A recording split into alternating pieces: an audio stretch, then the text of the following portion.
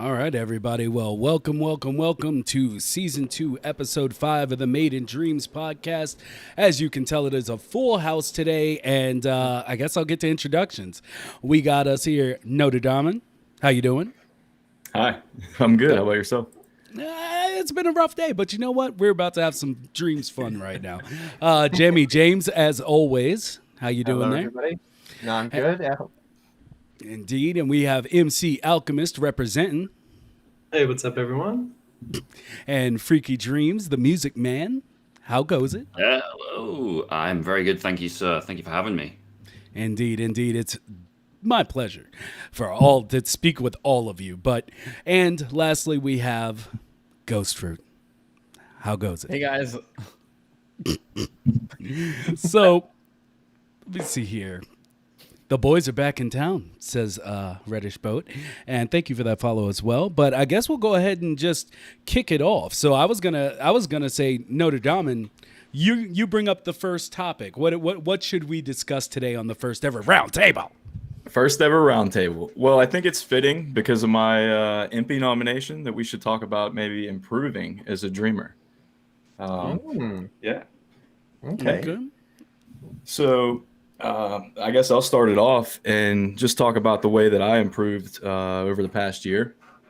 So for me personally, I improved just by watching others, and then when I would come into dreams, I would have a goal set, like what I was going to do, what I was going to practice, and have an intent rather than just go, aimlessly into it. Wood grain was a really good example of something I learned from a lot of different dreamers. I know Phreaky had some on his stream yesterday. I wasn't able to catch that, but Captain Morgan has a technique that he uses an elongated cylinder that he thins out, and he uses a negative subtraction across, right? Okay. I've seen Jetta Plays use a completely different technique where he takes a cone, stretches it long and then thin, and then paints back and forth. I've seen Dirty Heralds use a wedge that he painted with the wedge pointed in and went back and forth with it. And then John Beach, the legend, he uses a hollowed, well, I'm sure he has other techniques too, but the one that I know that he used is the hollowed sphere cut in half, and then the smear tool, and then cuts a block out. So I've used all those different techniques and some together and kind of made them my own in some way. So it's to pick and choose from other people and pull from. I think I watched like 3,000 hours of dreams on Twitch last year, which is insane. Probably not healthy. Oh my god. 3,000 hours. Yeah. So I didn't even play dreams that much. I think a lot of it was probably lurking too. So it'll give me a little leeway there. Well, But that's the problem, though, isn't it? Yeah. Sorry. There's just so many dreamers now that, stream on Twitch. I feel like this year especially, obviously since Dreams officially came out this year, the Twitch side of things has really blown up, and it's just so nice to see so many people streaming while they're creating. They're not secretive about the way that they design their games. They just want everyone else to learn from their experience, and it's just a full pot of people learning off of one another and showing each other techniques. It's just really nice to see. Yeah, it really helps me rationalize my dreams Twitch addiction. If I'm like, oh, I'm learning. Yes. I'm just learning things. Don't forget about it. Yeah. See, I my thing is that I don't have the time, as much time as I would like, to really just spend all my time in dreams. Like I basically, I'm that guy that's kind of like in the basement with the wife and kids above, and I'm just like, maybe I can get a few minutes. Like that's basically how I work. And so for me, it's hard for me to do, as Notre Damin just pointed out, because that would be the way, that I feel, where it's like you just experiment with all these different techniques that you see. And for me, it's like all I have time to do really is just jump on and be like, I'm doing this one thing. Mm-hmm. And so for somebody who doesn't have the time to do that. Is there another way to come at the game, or is it just you're gonna hit a skill cap of what you can and can't do? No, I don't. I think the more that you put time, practice makes perfect, like anything. I mean, I've pulled in techniques that I've watched from Bob Ross painting, so it doesn't have to be something that you learned in dreams. I think other art mediums, especially somebody like yourself, Mighty Vicious, with an art background, you can pull a lot of things from what you already know into dreams. It's a matter of just knowing how to translate that to that tool set, right? Because the dreams tools are very unique and different from anything that I've ever encountered. Okay. Well, anybody else want to come in on this topic a little bit? Say how you got better? Yeah, well, one thing I was gonna, I feel like I've just started Dreams since I started in the summer, and I'm still learning basics. There's some tools that I still haven't even really mastered or even gotten to know well. But to Notor's point about just having Twitch on all the time, and it's like the fireplace, like, on your other monitor or whatever. That's how I work as well. I'm doing graphic design or other things, and I just sometimes it'll be on mute, sometimes it'll be on. For better or worse, I'm like mostly distracted or watching it. So I feel like I'm partially like ingesting information when I can. And then this other thing I've noticed is that I'm like thinking about dreams all the time when I'm not dreaming. And so sometimes I'll be just hanging out and, I'll be like hanging out with my girlfriend or something. She's like, why are you staring off into space? And I was like, oh, I just came up with this thing I could do. I think I could try this. So relatable, dude. That's so relatable. I know that all too well. My wife and I are having constant discussions about my addiction with both the Dino project and dreams in general. She's like, tonight I was actually like, I was texting Will and a few other people on Discord about dream stuff about an hour ago. And my wife was like, we have literally an hour together on a Friday night, and then you're gone doing dream stuff until like 11 p.m. Can you just leave the phone alone for just for 60 minutes? Because you are always talking about dreams or Dino. I don't hear anything else. Yeah, I mean, but you have to remind her. I mean, just kind of like the new GPUs that no one can get their hands on. How many tensor cores does your wife have? No, I'm just. Let me stop. I'm sorry. I would say that I want think- to I add think- to. I think after that comment, things just got a lot tenser. Whoa, that's so no. cheesy. I do want to That's add such a to bad what I said earlier about improving it, and it's about keeping an open mind. And dreams is really easy for that because there's no set in stone way of how you should use dreams, right? You have a lot of traditions and other art mediums of how it should be done, and I think that restricts a lot of people in those mediums. Where dreams, it's so new that the people that created dreams don't even know all the different things that you can do with it. And so it's constant innovation, and there's no right or wrong way to do things. And I think at the beginning of my dreams journey, I got jaded a bit, or I guess clouded by a way that I thought things should be. And in time, I realized that I just needed to let go and just let things happen and figure it out. One really good example of that is animation.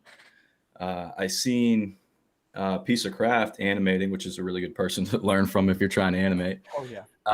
And he was animating walk cycles frame by frame, doing it himself, not frame by frame, but with the keyframes, instead of using the procedural. And I think he's in chat, but Pixel Tuner had come to me and said, who's a very talented creator, you can do it this way and it's much easier. And I was like, no, I'm going to do my own walk animation because that's the way it's done right. And I was so stupid to say that or think that, but it was just me thinking that there was a right way to do it when there is no right or wrong way. So don't limit yourself, I think. Yeah. And I want to second Jamie on that. Like my wife also will sit there and she's like, her phone is the counterbalance to my like drifting off. Cause I do a lot of stuff conceptually in my brain for dreams in preparation of when I get those few tasty morsels of a minute that I get to jump on. And I'm like, I'm going to try all these things. Of course I fail at like 98% of them, but I try. And so I was just like, yeah, there are many times where she just stares at me and she gives me that look. And I'm just like, remember that you love me, and I still don't.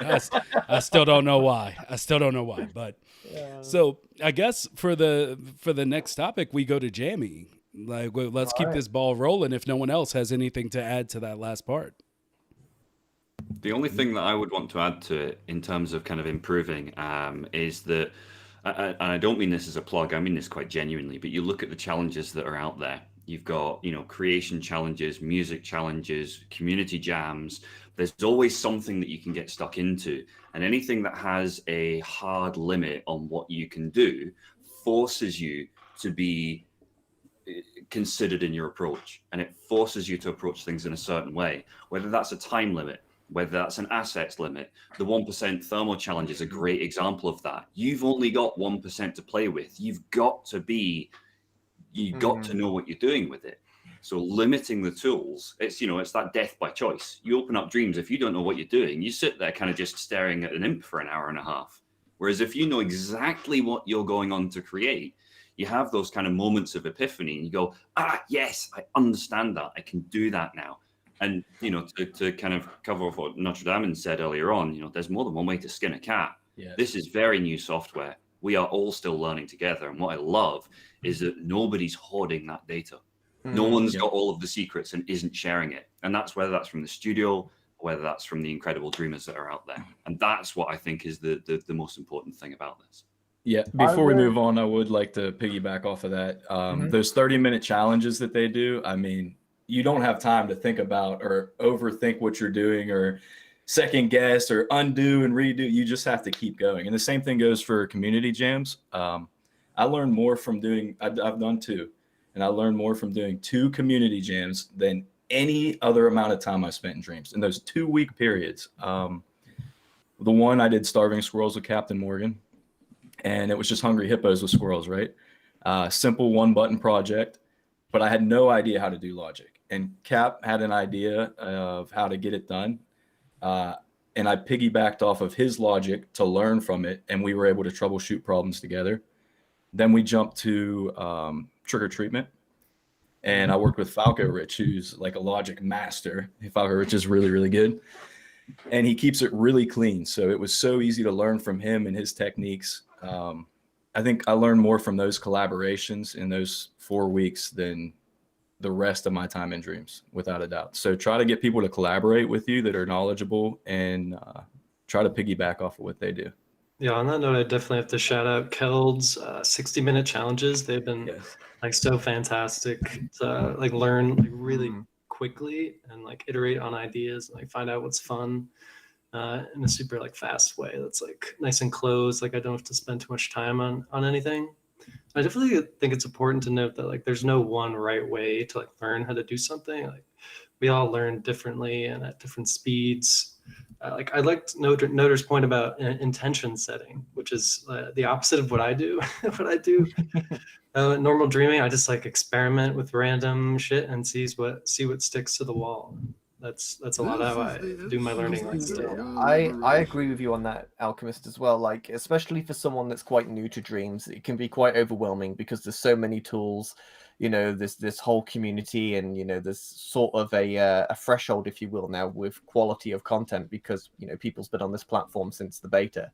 But I think also it's great to do the community jams and things like that. But with dreams being such an organic engine, if you can call it that, I think it's great just to dive straight in and play around with the tools because everything is so hands-on, especially like if you're using move controllers, especially like with sculpting. It's just so easy to just start to learn the movement of dreams and how things work because it's unlike anything else that I've seen in regards to how you physically create stuff.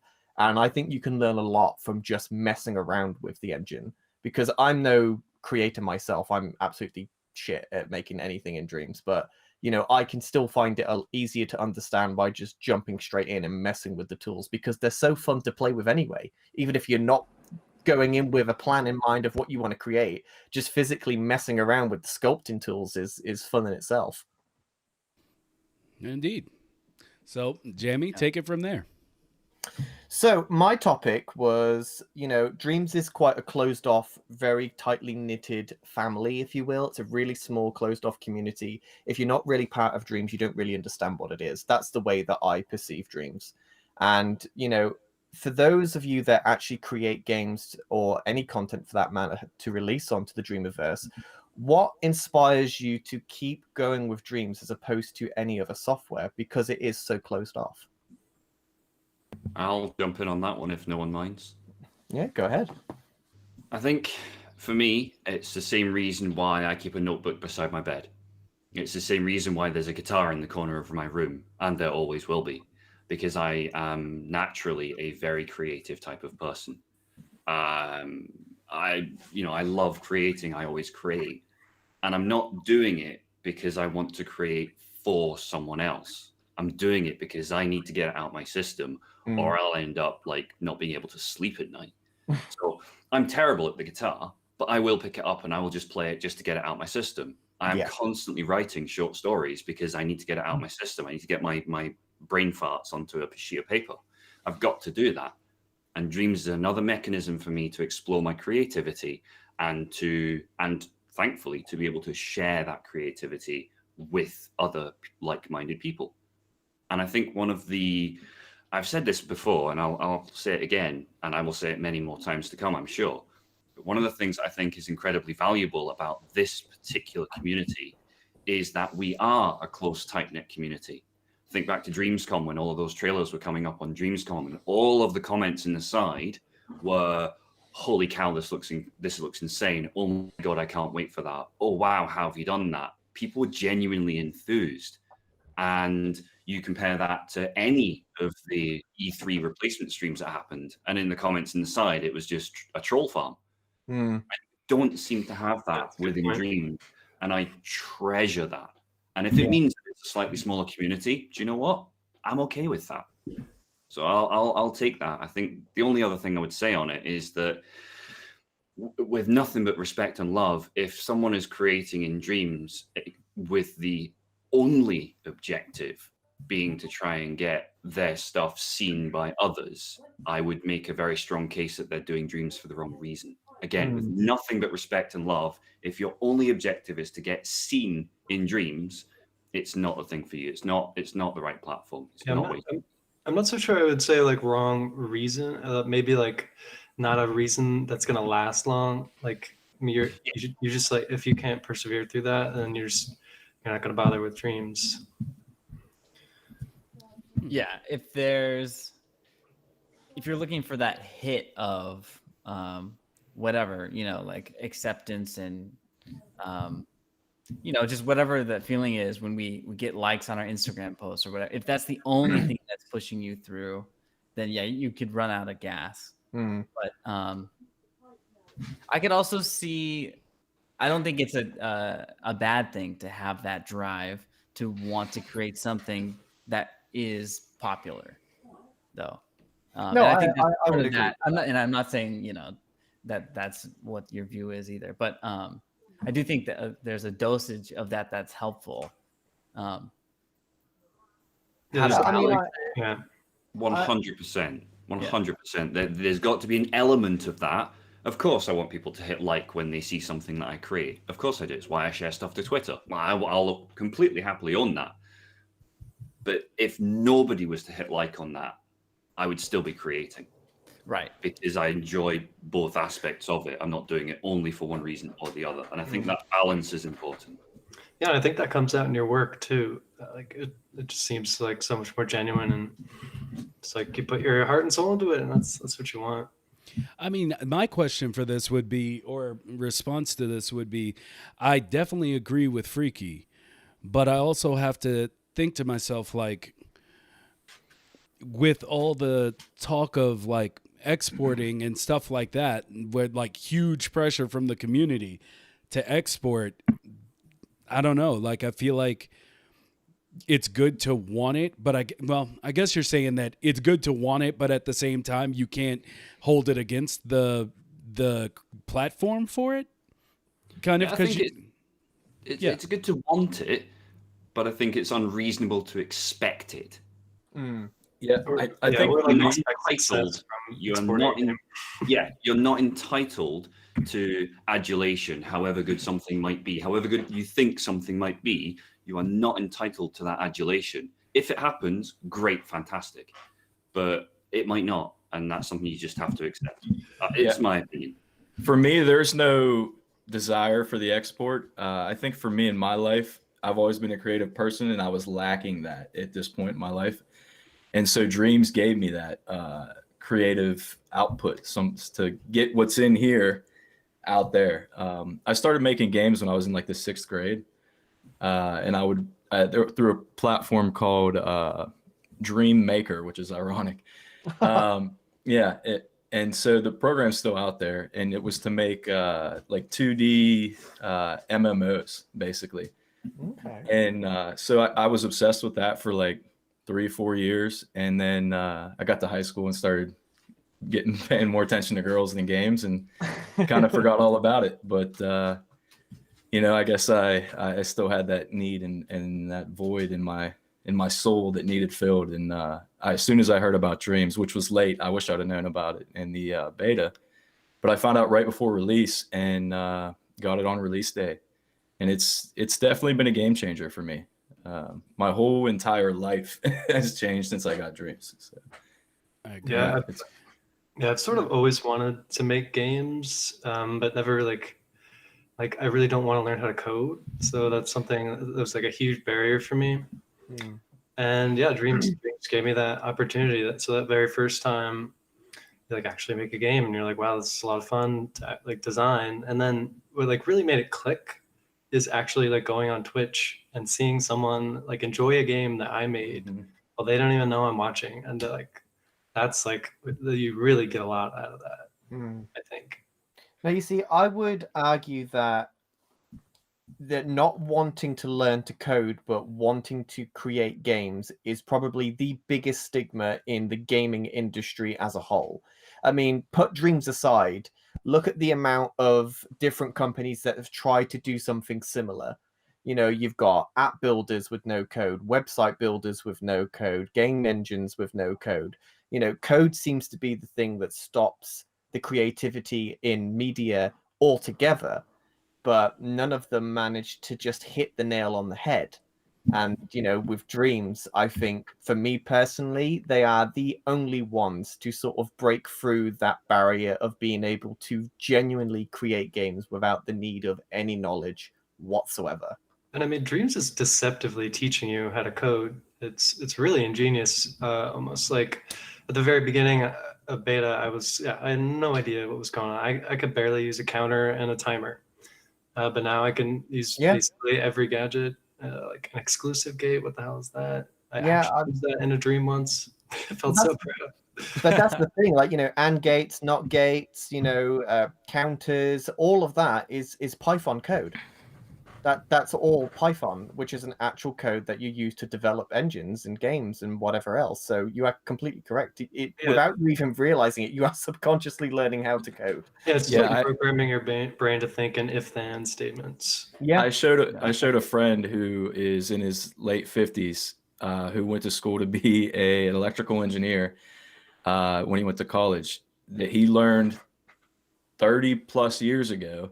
And I showed him Dreams, and he was like, "Oh, that's just simple." Yeah, he's like, "I did that in college," and I'm like, "What? You did Gate Dreams?" logic. And he's like, "Basically, Gate logic." Yep. Everybody knows gate logic, or at least can understand the concept of it. And what I think is incredible is the fact that you start off with these building blocks, and you can make it do some incredible things. You see what some of the real logic wizards can do with that. Aesop's one who always comes to mind. Some of the systems that he has built, and some of the ways that people have come up with of storing multiple values by using multiple decimal places or very long numbers. It's just it's so impressive. And I think that speaks volumes to it. And yet all of that is possible without having to write a single line of code. James, you hit the nail on the head. You're absolutely right. I recently looked up and was researching quantum computers, and they use the same gate logic in a quantum computer as that we're using in Dreams. So keep that in mind.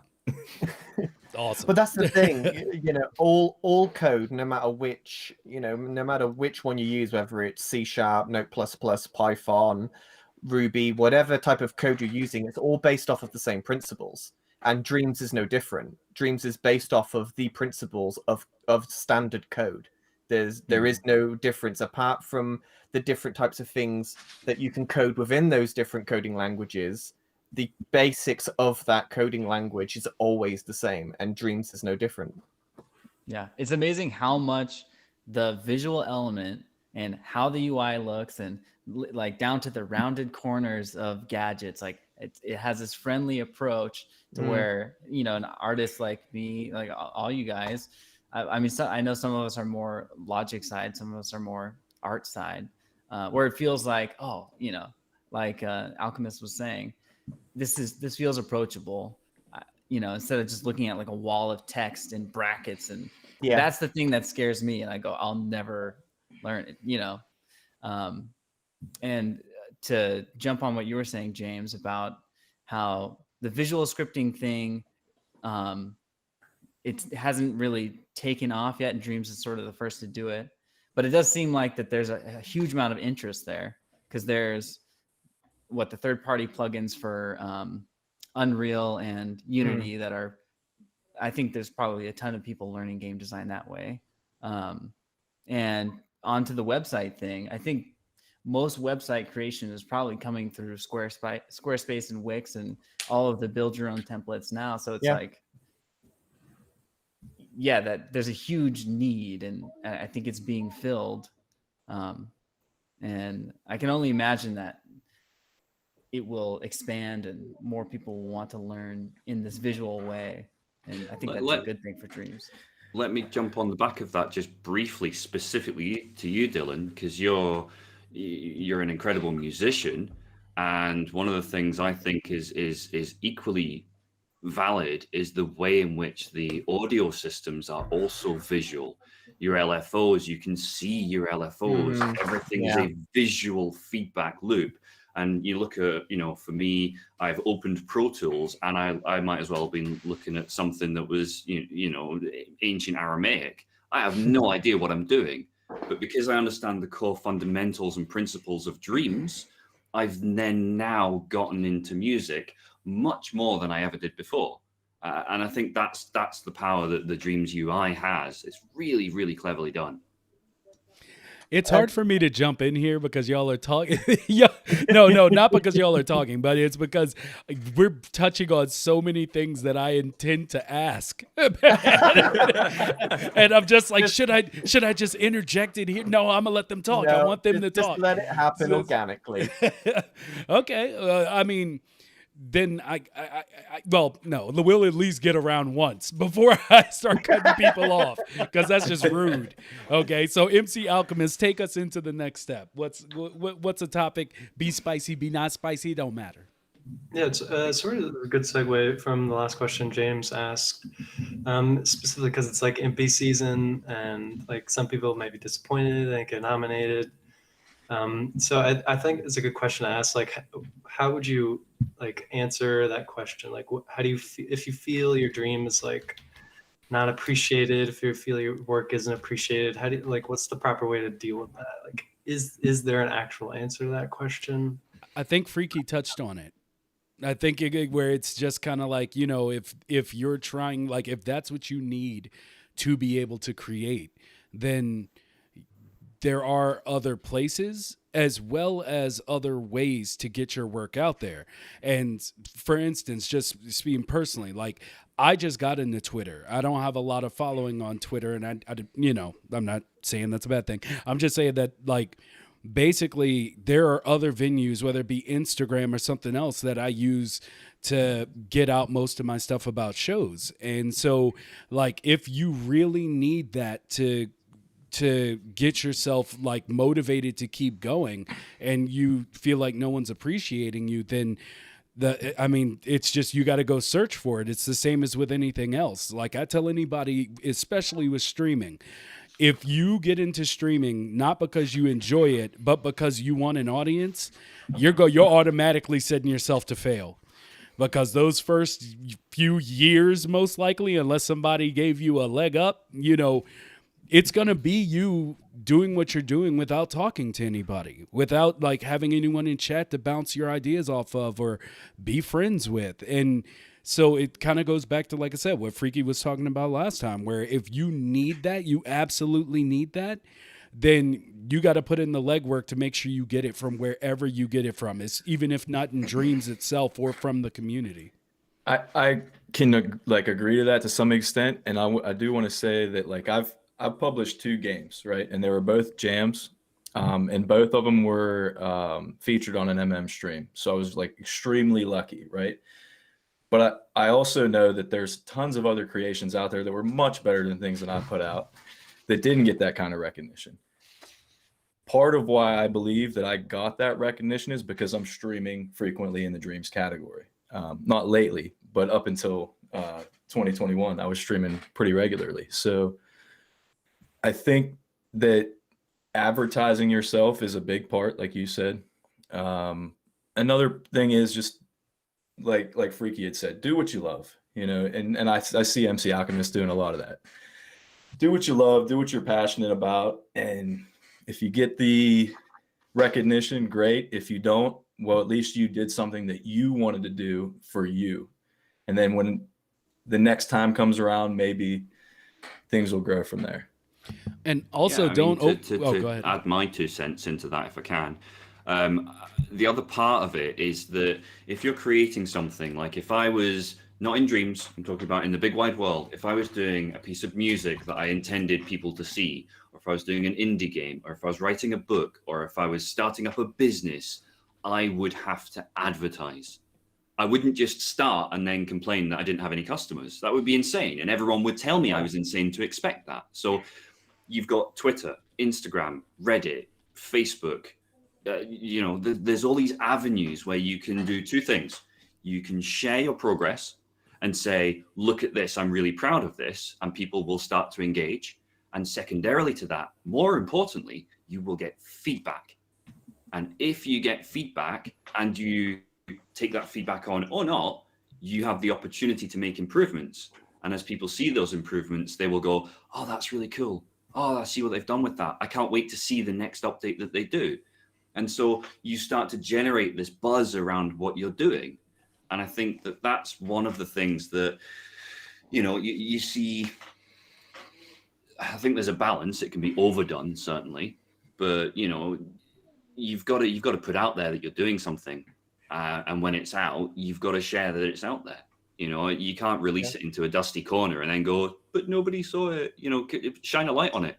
And we, as, dare I say it, people within the Dreams community who people seem to value kind of input from, it is our duty as well to share what we see that we think looks interesting.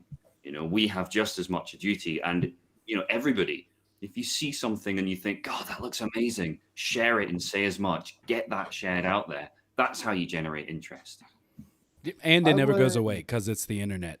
So you may not get what you want immediately, but it can come back around and surprise you how somebody will be like, oh, this is awesome. And it's like, I did that 4 years ago. Like what? Dogecoin. Like Dogecoin. Yeah, there you go. So there's hope.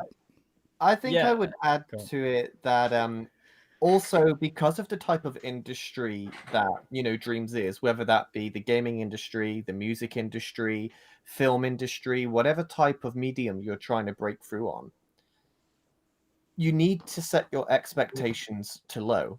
And the reason I say that is because regardless of which medium you're trying to outreach to, you are reaching an overcrowded, overdrenched market, regardless which one it is. And that's the same outside of Dreams. If you're making music on, Logic Pro and you upload into SoundCloud, set your expectations to low. You are a nobody and you need to accept that. There is too many people doing the same thing. And to think that you're going to get thousands of views and hundreds of followers from your content just because you think it's great is irrelevant, because the market is so huge. If you get 100 likes on something, be proud that 100 people have found a nobody, basically, and like the content that you created. You have no clout, you have no recognition. You have to build that from the ground up and be accepted with what you get. On top of Can I just say real quick that there's nothing like hearing a British man tell you you're nothing? Like that hit me, like that hit me so hard. You, and you, sir, are nothing. Yes, I was like, oh, my soul. What is? Yeah. Your opinions are meaningless, sir. Oh my! I think on top of that too, I knew that coming into Dreams, I came in a little late to the game. Nobody knew who I was. I started streaming. I didn't really know how to play Dreams when I started streaming. So like people would come into my stream, watch for a little bit, and be like, "Who's this guy? What does he know?" And when I did collaborate, or when I did do a project, I knew I didn't have all the skills I needed to get it done. Right. So then when I collaborated with people like Captain Morgan and Yade, who already had followings, or people like Falco Rich, Mikey CSLT, Typhus, these people were already well known. So that got my name out there off of the back of their name to some extent. You know, not that it was my intent, but it was an unintended side effect for sure. Yeah. Another thing I want to add onto the prompt of what do you do in that moment where you feel like you've done something, you're not getting that recognition, and it's an emotional response, right? And you're feeling like I've done this great thing and it hurts. One thing that I think is helpful is your frame of mind and how you're viewing yourself as a creator or as like a business or whatever, a brand, really affects like how you feel. So if you compare yourself to how you might react within that emotional period of, hey guys, can you just like this, or can you just follow, or like I'm almost to 100 followers, like guys, would you do this, or this like asking instead of providing a service that people just naturally want. Like imagine what you're feeling in that moment. Imagine if McDonald's did that. Like, guys, like we're almost to like 1,000 customers today. Please come on, and like we just really need you to get this burger. Like it would mean so much to us. You get a few sympathy burgers. Like, yeah, but like people are gonna be like, "What is going on? This is weird. I'm not going in there." It sounds to me like you've had a few of visitors to your stream that are like the people, the follow people, or the like. This just this is like it's a phenomenon that we can. I think it touches that feeling of like, I don't want to say desperation, but that feeling of being like emotionally involved and taking on the brand as your own identity. And it's really easy to get hurt and have those feelings when something doesn't go the way you wanted, and take it personal when it's all you. And instead, if you like just for a second, imagine yourself as McDonald's or a business, and you say, hey, this product didn't go as well as we thought it would. So why don't we look at how other dreamers are selling their games, and how are they sharing? Is it like this really cool clip that they put on where it feels good? Is like, how does the thumbnail look? How does the UI look? And if you go into more of like an analytical space, instead of just like feeling, you like detach yourself from the brand for a second, I think it's helpful to be able to make some of those corrections and take some of that advice that you get. I will say, I was playing Dreams VR one day, and I just stumbled upon this wonderful game. It was called Dreams Night. And I had never heard of it. I had never seen any kind of advertisement for it. But then I'm like, oh, MC Alchemist made this. I know him. But I'd never had any kind of prior knowledge of it. So I think advertising is a big thing. I would say one very important thing to understand as well is that social media as a whole has created this poisonous environment that likes equals worth. And it's very easy to fall into that trap, regardless of which social platform you're on, including Dreams. Yeah. And, you really need to train yourself to not think that way. And it's just become such a normal thing now these days that likes and follows and comments equals is your worth, when that is not the case. If you get 10 likes on something, that's popular for those 10 people, no different than a game that's got 5,000 likes.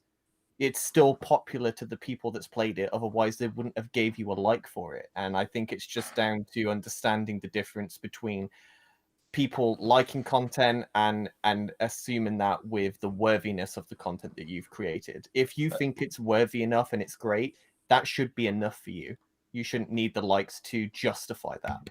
Another really good example is a game called Viper Strike by Shadeseeker.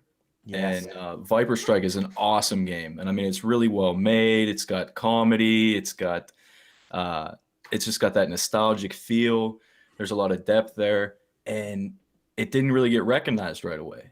And he put his heart and soul into this game. And it wasn't that it wasn't great. It was just not enough people were aware of it right away off the bat. So I think it's just a matter of, if you want that recognition, if you want that adulation, I guess, then you have to put it out there. You can't just sit back and be like, "Oh, I made this. Let's wait for something to happen." Yeah, or like Entropy Tame said, just throw Shrek in there. That's right. Nice one. Nice one. There is another side to this that I think is somewhat unique to us as a collective playing Dreams and enjoying Dreams. And I think that's it's the whole creative ownership. So I have an idea and I think it's the best idea ever. And even if it's complete dumpster fire, I think in my head, this is going to be amazing. And I put hours and hours of work into what is something that is, by any scale, terrible.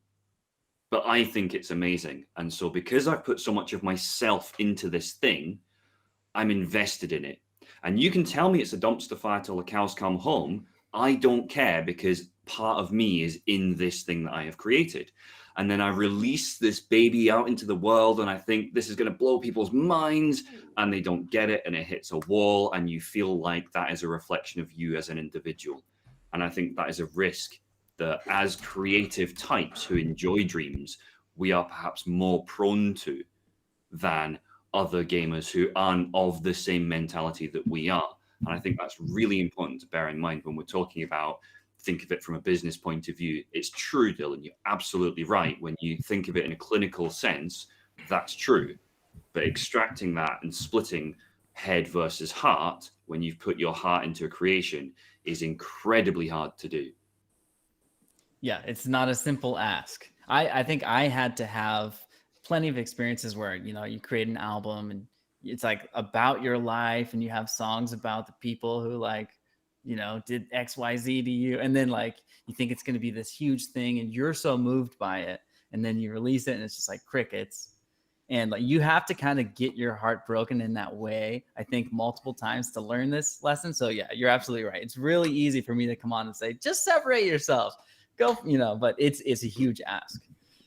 But we're raising the flag right now and just say it's, you kind of have to go through some heartbreak, I think, as a creator, if you guys would agree, to get to that point where you can easily be more analytical and detach yourself from the work a little bit. Yeah, sort of answer my own question. If someone told me that they're like, "Oh, I'm feeling underappreciated," I would say, number one, your feelings are valid.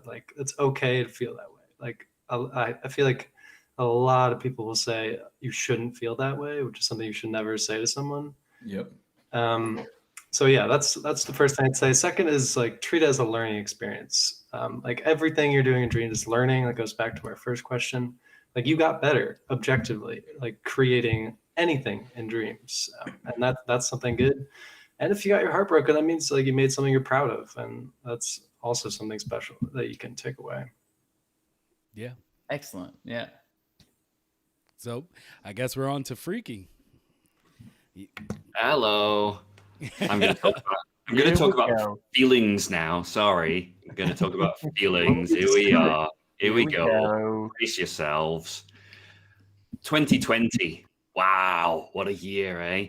So most of us spent 2020 in isolation. It was a hellish year, whether people lost jobs, were on furlough, were working from home, whatever the scenario. I think it's fair to say everyone had a challenging year. And not being able to see friends and not being able to see family in some cases, and being miles and miles away from everybody, living in a tiny box room, for example, all of these sorts of things piled on us. And I think for me, Dreams was a saving grace.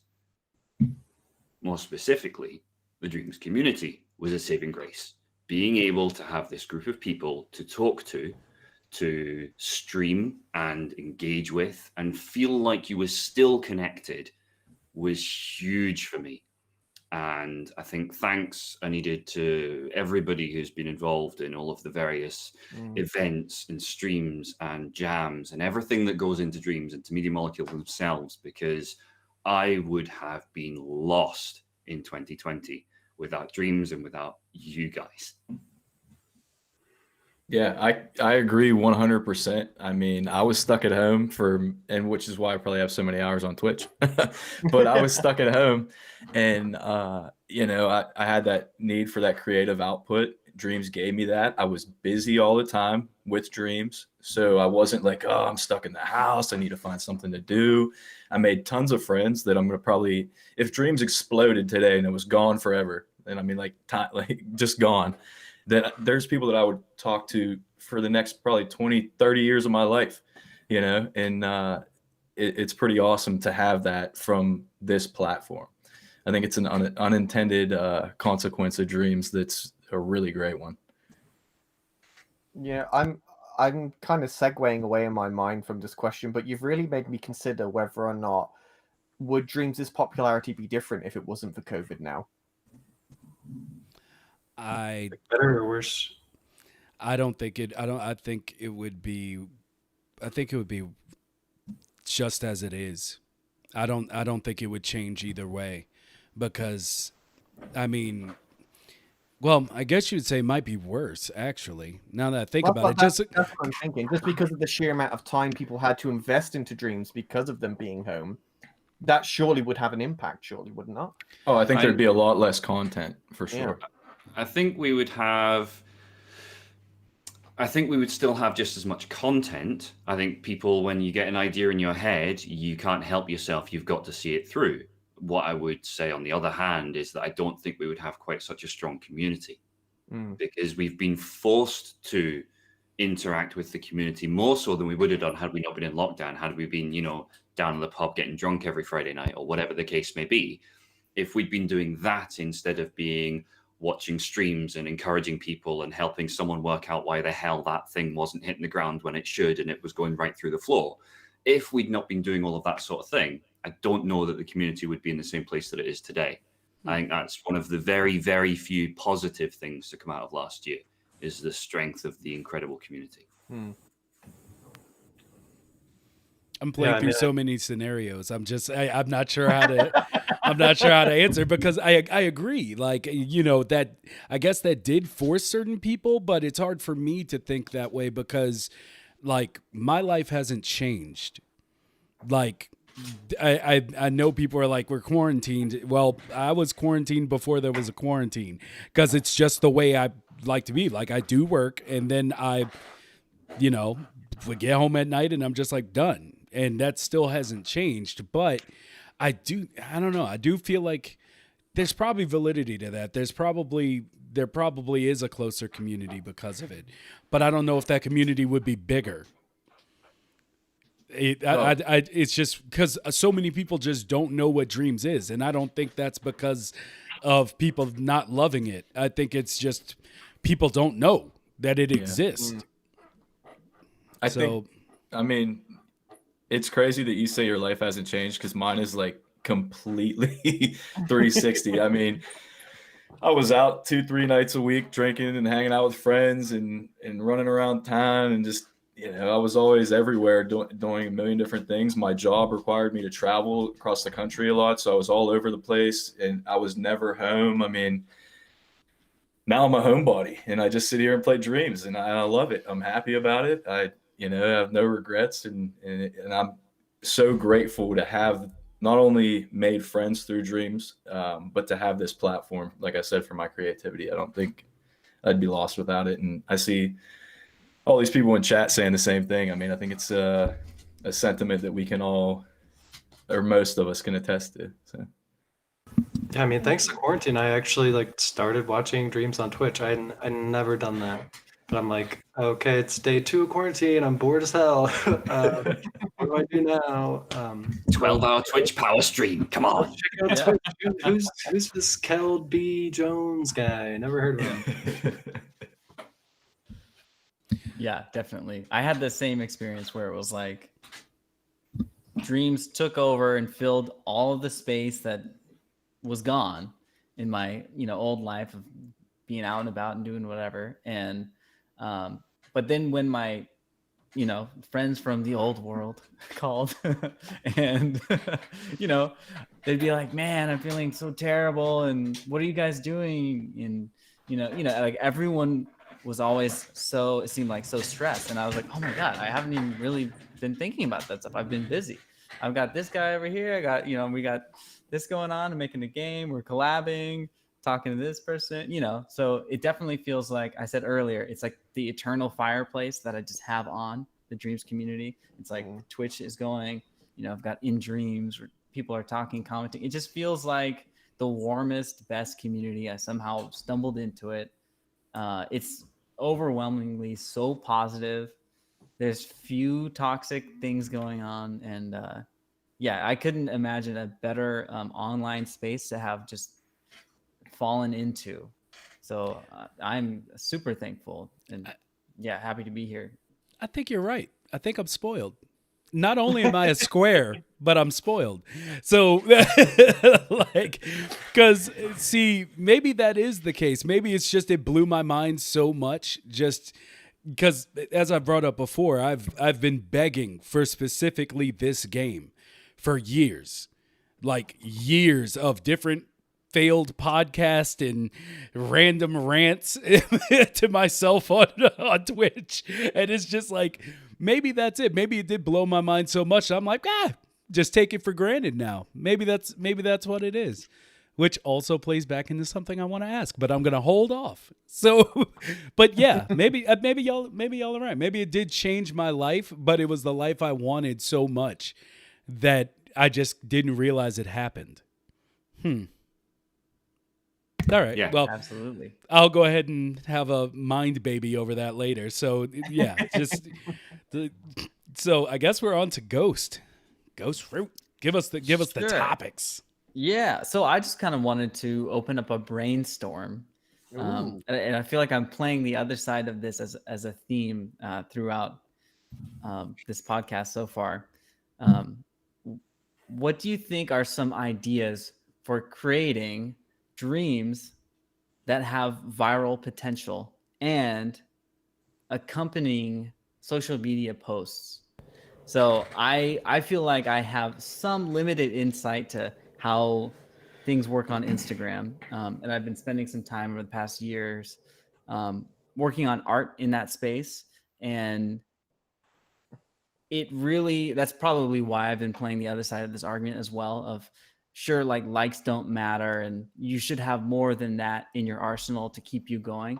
But you should also want to know how to create something that is potentially popular. And that could be a method of wanting to get people into dreams and wanting to popularize the platform that we're spending time on and ensure that it's, that it goes on and that it grows. So that's like sort of the why of this question. And then the what is what kind of things can we make? I have like some rough ideas, but does anything come to mind when you think of, and this is something that I've talked to Magma, who's in the chat, about. And it's like, even if it's not something that feels cool or amazing to you, do you like maybe it's a multi-part question. Like, do you see value in that? And then if you do, like, what kind of ideas would you bring to the table for something that might have viral potential? I would say it's the thing we all hate the most. or the thing that I think Memes. everybody No, hates the no. most, the memes. No, It's No. there's two I thought you were going to things. say Power There's- Glove. Sorry. No, not yet, not yet. But look, I think it's the memes that'll get most of the people into the door as far as the youth. But I think the other thing that's the easiest to get out is this explosion in music that we're seeing. Music and music videos. Yes. I think that's going to be the thing that really gets people into the platform. Whereas once they're in, and once there is things like export, like you can pull other people in with the products that creates. But for now, I feel it's mostly memes. It's memes, GIFs, and music. I think that recent music video that was made for the Sauceless One and Venwave song has a heck of a lot of potential to go viral. That is a masterful video, a great song. I mean, you put that all together, and things like that have a ton of potential.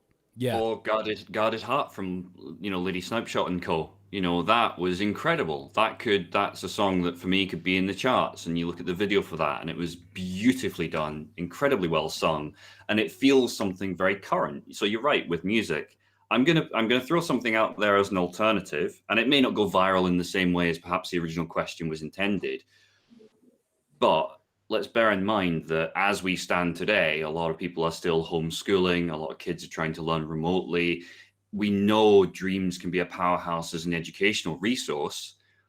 Imagine if there were a whole bunch of lessons that you could do in Dreams, whether that was humorous or whether that was just, play it straight and just give the facts.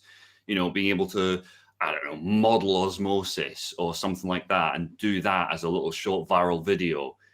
Those sorts of things. Yeah, do you know what? They're not fun, but it would be a way to get something kind of productive out there and kind of share something at the moment. So I think too, to get Dreams as a platform and not just something within Dreams to go viral, to get the whole platform to go to the next level, Twitch interactivity is a big thing. I think I've been told, and I've never played any Little Big Planet games, but I've been told that LBP had Twitch interactivity, and there was gadgets that you could put into your game, right, that would allow Twitch chat to interact. If Dreams had that, and Wylet in the chat even said the big streamers need to start playing. If Dreams had that, that's how you get that kind of viral reaction, I guess, for the platform itself, not just something within the platform. I believe it's on the Trello board. Twitch integration, additional Twitch integration. I'm pretty sure that's on the R&D Trello. I think that should take precedent over multiplayer, over PS5 updates, over all those types of things that people have talked about. I think that's the thing that they really need to focus on if they want their platform to grow. Go ahead. Mighty Go ahead. Vicious doesn't like that. Controversial opinion. No, it's not that I don't. It's not that I don't like it. It's more so that I was thinking on the getting big streamers to play Dreams, and I don't think I want that. And the only reason I say that is because I want big streamers to come out of Dreams and play it. Whereas I've seen almost every single big streamer that I've seen play, whether they're creating videos on YouTube or if they're just doing it in their streams. Like I had a streamer that I've been following for have to be 8 years now, and he's always been great. But he picked up Dreams and he was just let's see what quality content we can find today. And it's that tone that he took with it really just, I unfollowed. I immediately, maybe I'm just being sensitive because Dreams mean so much to me, but that hearing him do that and his response to things that we all know for someone to do, it's hard. And they still put their work out there. It just, I don't know if we can trust them to actually present it in the right light. It has to come from us. There's the additional point to that to back up what you're saying, Mighty Vicious. And I've seen it once or twice, even within our own community in the early days. And that's the point that you don't know who's on the other side of that. I look at a creation done by MC Alchemist, And until, some time ago, it was a while ago, granted, but I have no idea who MC Alchemist is as an individual. It might be that MC Alchemist is a 10-year-old kid who is just trying to get something out there. And for all I know, a hell of a beard for a 10-year-old kid, don't get me wrong. But for all I know, the creator whose creation I'm looking at and tearing a new one might be 10 years old. So you don't know who's on the other side of that. And they're still putting it out there. And I think, do you know what? If it's a one-man person building a game, whether you create Lock 2.0 or whether you create CubeSmear 2.0, there's an element of you don't know who's on the other side of that screen. And I think that there's a degree of respect that has to be granted to that. I go into everything assuming everyone's 10 years old. I really do. If they hop into my Twitch mentally, chat, I am. If they're if they're in the Twitch chat, if they've made a game, I just assume that they're a little kid until I know different, because you're going to treat a little kid differently and with more respect, with more patience. Now, when you have people coming from the outside looking in, like he said, these big streamers, and I've seen them crap all over Dreams. I've seen it happen.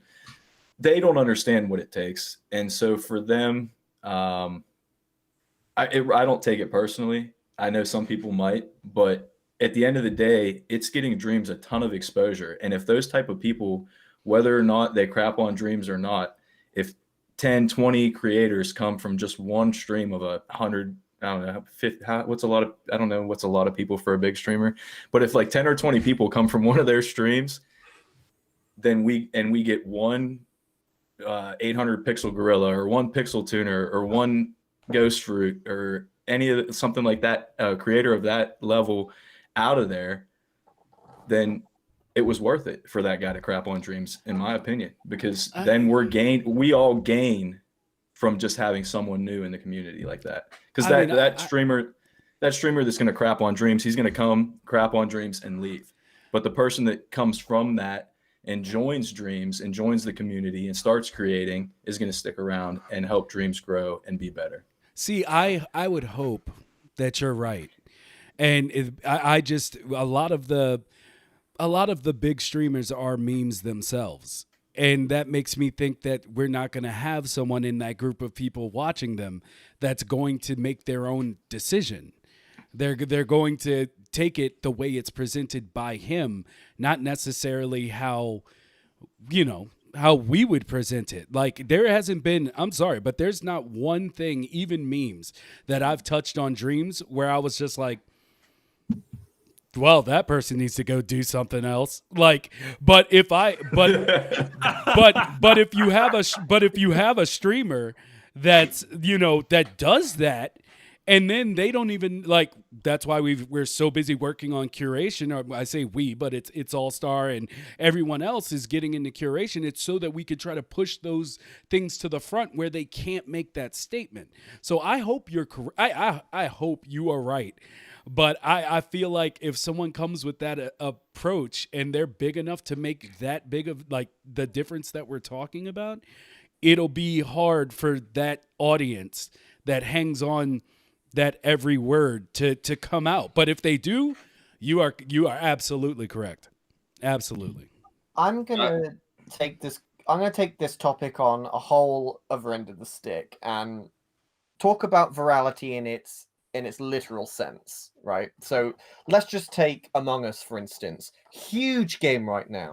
Massive #1 title. Everyone's streaming it. Everyone's doing YouTube videos about it. All the big players are on it. 2 years ago, no one knew what it was, and it's been out for over 2 years.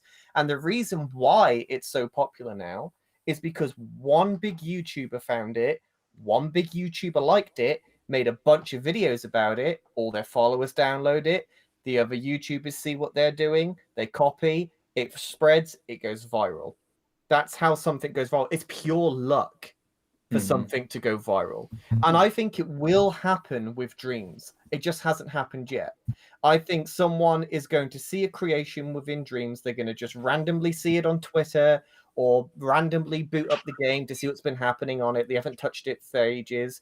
They're going to find something, love it, post it, videos about it, everyone copies, same as Among Us, and it's going to happen. It's just pure luck. I don't think it has anything to do with the game itself. I don't think you can naturally create something that's going to be viral unless you already have the popularity. It's like Warzone, for instance. You know, Call of Duty naturally made a Royale game because PUBG did so well. They knew they would go viral because they already have the player base for it. It's a completely different scenario. I just think that one day someone's going to find something on Dreams and they're going to be like, wow, this was made on a PlayStation. Like, I need to show all my followers this, have a natural love for it, and it will just blow up. Yeah. And I think my frustration is that I've had those moments so many times. Temporal Fuse, Lock, Pig Detective 3, the Guarded Heart video, You Do You, the song, you know, all of these things, when you put those together, any number of those could be standalone indie developed titles that you could release on Steam, and they are stunning. And we've already got those waiting in the wings, if you like, to happen. Lo-Fi Doku, another great example of that. Low-Key Doku, sorry. Another great example of that. Just a really simple idea, stupidly addictive, lose hours in that trying to get a high score. You know, there are so many of those games that are already there. And I think, you know, it's entirely possible that the next big viral Dreams thing is already out there. Oh yeah, 100%. It's just a matter of time of when those big influencers are going to share it. And that's ultimately what it comes down to. Without the huge influencers, nothing rarely goes viral anymore. It's all in the influencers' hands. And it's a shame that it's that way, but it's the truth. Unless PewDiePie or Jacksepticeye plays a game, it's not going to go viral. That's why these people pay them so much to play them in the first place, to get forced virality. And it's such a shame that is the way, but it is. And it's the truth. So I think if we're defining virality as like the very top, so I opened this with like viral potential, and I think to have the success that Among Us has, you have to have that top level. But I do have to disagree that you have no agency in creating something with viral potential, because I spent the last like 3 years figuring out how that works for art on Instagram, and it's absolutely formulaic. It's like all about how you create, or you have to have like a pretty good piece of art, but it's all about how you create the process video, and it's all about the audio, and it's all about how you're showing like the brush strokes. And that took me from like, you know, 0 to 50K or whatever, and just figuring out the formula. So production value. That's what I'm like trying to get at, is I know that there's a way that we can package Dreams and create social media posts that show off just like the recipe videos Wyled said. I know that there's a formula that we can make something that showcases Dreams in a way where we're showing the process that's really satisfying to watch. I totally agree with you, James and Phreaky at the same time, but I think there's this other thing that we do have agency. We need those sexy shots of Dreams is what we need. Yes. How do we get those? What do you guys think? How do we get those? We lost some. Alchemist is gone. So all these are going to be, all these windows are weird now, but hopefully he comes back. Look, I am now goat fruit. Yay, I'm goat fruit. What's going on? Hi. I'm still I like how no one is James. There's an arm there. Hold on, my arm can be James. Hold on. Wait, which one is it? Wait, can you guys high five each other? Can you get? Wait. Hold on. I'm not going to be able to work this out. Oh, wait, That's not going to happen. Brain power. I'm trying to do it with what I'm seeing on screen, not the stream. That's confusing. It's sock puppet time. Yeah.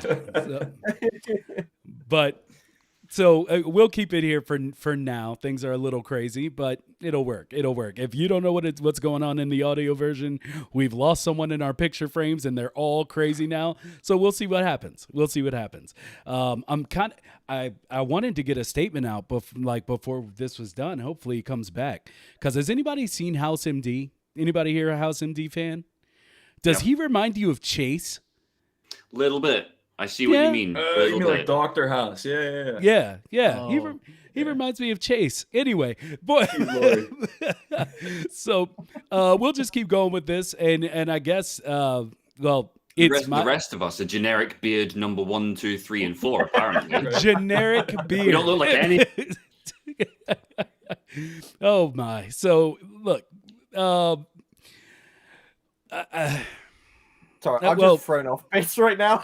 yeah, it's a little weird, and like I told y'all about my settings, I get iffy, but I'm here. So I'll go into the next topic, which is like I believe Phreaky brought this up on Twitter the other day, and it grows in importance as talks about exporting continues to increase. Like, how do we all feel about using assets from the Dreamiverse on personal projects? Like, is it a community mindset free to use, or is like that what's actually dirtying the exporting process? Define what you mean by exporting. I mean, people wanting to take their creations, whether it be games or music or whatever, out of Dreams and put it into another platform. Like, is that what's holding up the idea of exporting? That's already an option for music. If you're able to reach out through the, I think I'm not sure all the proper channels. Acert's done this for his Laser Bounce, where he reached out to MM to pull the audio that he used for his Laser Bounce game out of Dreams and use it in a mobile game that he's working on now, which is going to be Laser Bounce mobile. So it's already an option if you're a musician. But as for someone who's looking like to 3D print or to take your game, like to put lock on the PSN, I see where you're coming from, because he uses assets from the Dreamiverse. And so how do you credit those people? Is there if you profit from it, are they owed something? That's a tough one. And I think that may be one of the big holdups on exporting. I think you're right. If you create assets in Unreal and you share them and you don't charge anyone for them and you just put assets out there and other people use those assets and create a game with that, same principle, you don't get credited. The difference is that you don't have a choice in Dreams. When you put something out there, people can use it and you don't have a choice in that. I think... How do you... I mean, you do have a choice because you just make it so it's not remixable if you don't want people to use it. Even if it's not remixable, there's nothing stopping me from plucking it and putting it into a scene. And you don't get the credit for that. You don't get, that is the challenge, I think, that as it stands. I think in terms of exporting things from Dreams, I would love to be able to, for example, export things. I'd love to do a chess set, a 3D printed chess set using things I created in Dreams. I would love to do that. I would love to do a 3D printed chess set of Masha Button's plastic characters. I think that would be hilarious. So you had a chess set of those guys.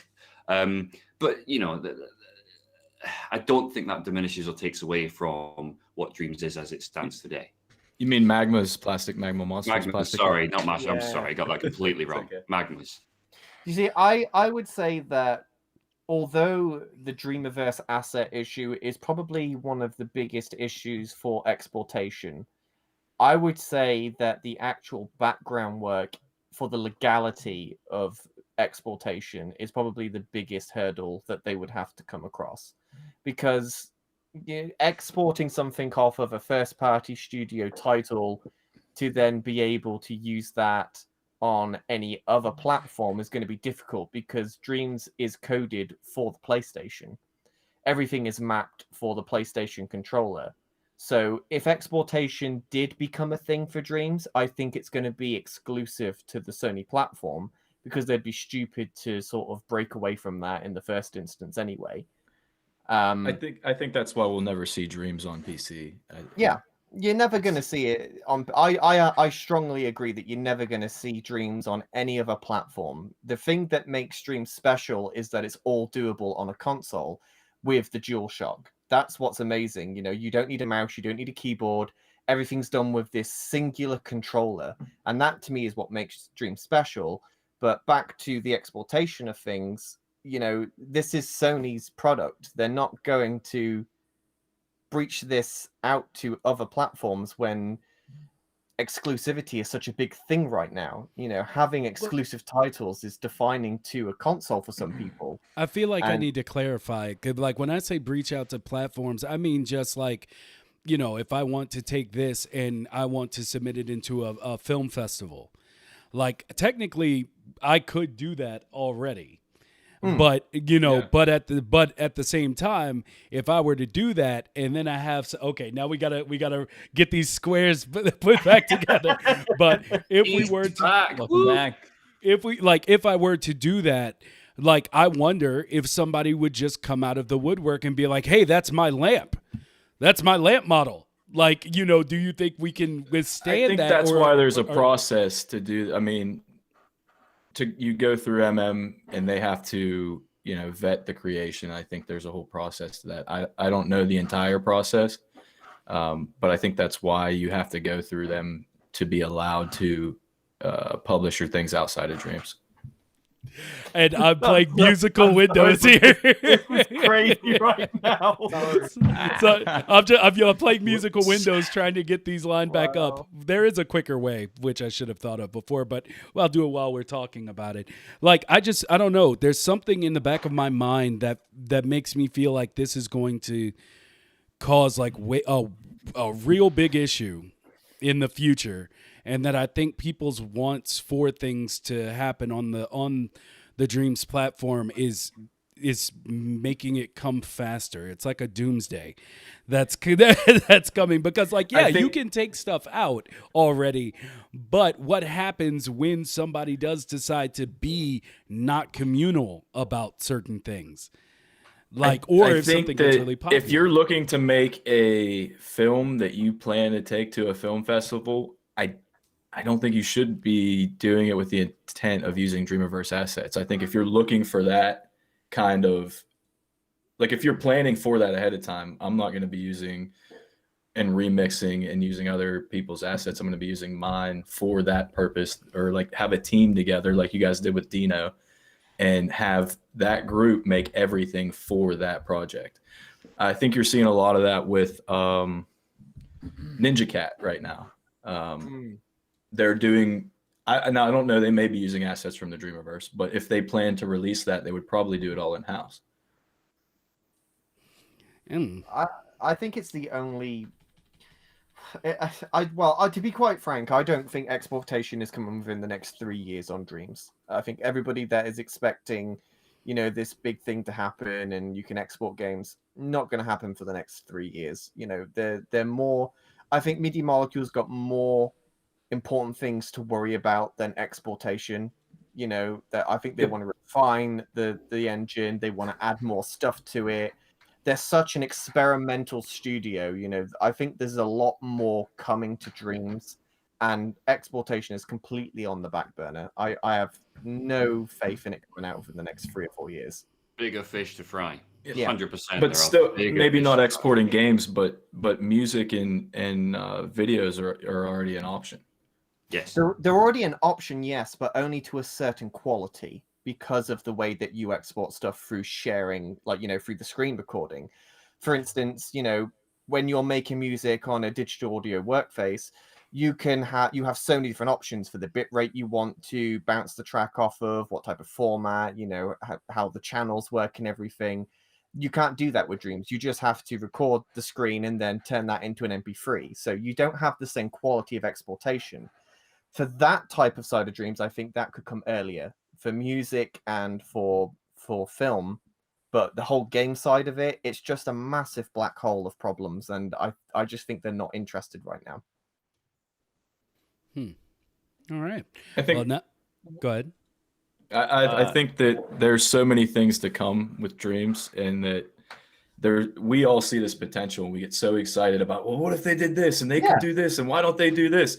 But at the end of the day, like, we've got this great tool in front of us, and I think at times we just got to take a step back and appreciate what we've already got.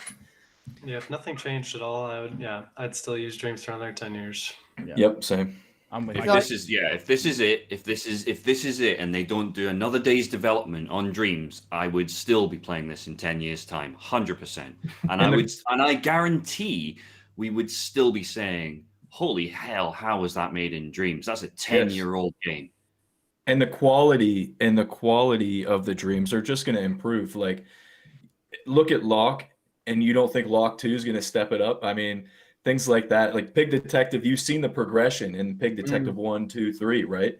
So the quality of the Dreams are going to get better. You get guys like Ghost Fruit who just popped in out of nowhere, and look at the stuff he's making already.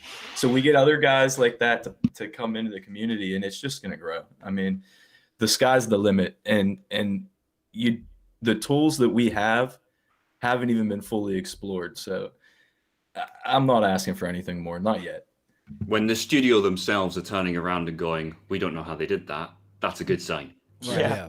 Yeah. Too right. I'm with you on that. It's like, it's really fun to think about the potential in the future, but it's also great to remember that we're in a party and we're having a blast. And it's like, oh yeah, we're here, we're doing this amazing thing together. It's good to pull back for a second and take that all in. Yeah. I mean, just put it this way. I mean, because there's always a big conversation around exportation, but let's just say Media Molecule put out a poll tonight, and they say, which option would you rather have be released tonight into Dreams? Exportation or be able to import reference images? I think you'll find reference imaging is going to blast exportation. I'm not sure if you've if anyone else has a PS5, but you can do picture-in-picture and send yourself like a text message and open up references in like a picture-in-picture for Dreams. It's fantastic. Yep, very useful on PS. For the 1% of the world that has a PS5, maybe. Yeah, I mean that's coming for everyone. I had my little like slowed down explosion, and I was like trying to make it frame by frame. Yeah, and then also like if for a lot of people that stream, they have the double setup. Before I had all that, I had my phone and I'd sit there and use. And I mean, I guess it's kind of like cumbersome to some extent, but at the end of the day, like I would much rather be able to 3D print or to pull things from Dreams and put them in other places than to just get a picture up on the screen. I think that's minor in the scheme of things. Yeah, so what about just being able to export a sculpt to a 3D printer? So you would get a 3D file, which would be I'm sure that could be generated from the points. It's been done, right? It's already been done. Yeah, they've already done it. We know that the studio have done it. Yeah. So do you feel like that there's a conflict with that being a feature, or? I wouldn't say it's a conflict. I would say, because we asked this question to Abby on the show for the debut of season 2, and she said that it's definitely something that they would love to be able to add to Dreams, and it's on their pipeline of things that they would love to implement. I would say it's definitely possible. I would just say that to be able to 3D print the file would have to be your own. It would have to be original. Yeah. I think it's the only way around it, because again, you're going to have this whole copyright issue. I like that. That's going to be a headache. So as long as the file is original, then yeah, I can't see an issue with it. Yeah, to me, of course, this is like the easy thing to be like, oh yeah, that sounds doable, but hopefully it's doable. Again, it's the whole development cycle. Let's hope so. It's the software development life cycle. Right. If you can only do one thing, what's the one thing that you put your energy into? And forgive me, but with everything that we've said so far, it doesn't for me, in my opinion, and from what I've read, it doesn't hit the top 3 features most requested. And until it's in those top 3, it's not going to get the development focus that it needs to move it over the line. So I agree with James when he's saying that that's a couple of years away. They've got so much stuff they want to do with Dreams. And the question is, where does that lie in the priority order? Intriguing. I definitely think. And just to touch on, it's just a matter. Just to touch on the 3D Sorry, printing thing.